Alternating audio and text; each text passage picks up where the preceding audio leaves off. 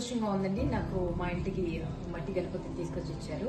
And ఒక beautiful concept తో గణపతితో పాటు అంటే ఒక సీడ్ కూడా వచ్చింది. అంటే దీన్ని మనము నిమజ్జనం చేసినప్పుడు ఆ వాటర్ తో పాటు ఈ సీడ్ ని నాటితే ప్రకృతికి మరొక బిడ్డని ఇచ్చినట్టే మనము. సో చాలా బ్యూటిఫుల్ కాన్సెప్ట్. ఇది మన జోగినిపల్లి సంతోష్ కుమార్ గారు తలపెట్టినటువంటి కార్యక్రమం. ఇది చాలా గొప్ప కార్యక్రమం. వారు 2018 నుంచి గ్రీన్ ఇండియా ఛాలెంజ్ తీసుకుని దాదాపు 2018లో వారు గ్రీన్ ఇండియా ఛాలెంజ్ ని స్టార్ట్ చేసి ఇప్పటికి 20 కోట్ల మొక్కల్ని నాటడం జరిగిందండి. ఎంత బ్యూటిఫుల్ ఛాలెంజ్ కదండి అది. అండ్ ఆ ఛాలెంజ్ లో భాగంగా నేను కూడా కొన్ని మొక్కల్ని నాటాను. అండ్ ఆ ఇనిషియేటివ్ ఇంకా కంటిన్యూ చేస్తూనే ఉన్నారు. అంటే అధికారంలో ఉన్నా లేకపోయినా ప్రకృతి ప్రేమికులు అన్నట్టు.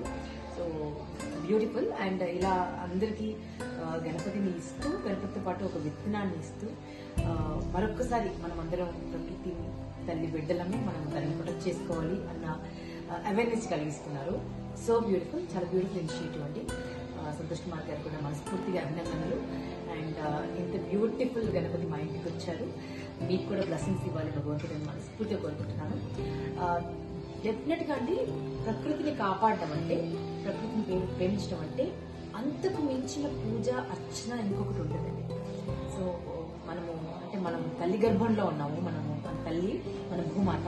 సో తనని కాపాడుకునే బాధ్యత మనకి. సో మనం కాపాడుకోవాలంటే ఈ పొల్యూషన్ నుంచి ప్రతి మనం చేస్తున్నటువంటి అన్ని బ్యాడ్ థింగ్స్ మనం ఏదైతే చేస్తున్నామో అవన్నీ తొలగాలంటే మనం ఎన్ని మొక్కలు నాటితే అంత ఫ్యూచర్ జనరేషన్ బాగుంటుంది. మన తల్లి బాగుంటుంది. మన తల్లి బాగుంటేనే బిడ్డలో మనం బాగుంటాం కదా.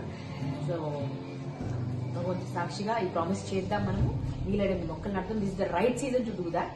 ఈ మహాయజ్ఞం చేయడానికి. ఎందుకంటే వర్షాకాలము. వీలైనన్ని మొక్కలు మీరు అడవికి వెళ్ళినప్పుడు, ట్రావెల్ చేస్తున్నప్పుడు వీలైనన్ని విత్తనాలు చల్లేయండి.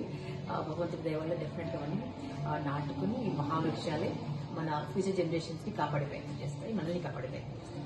Thank you so much for this.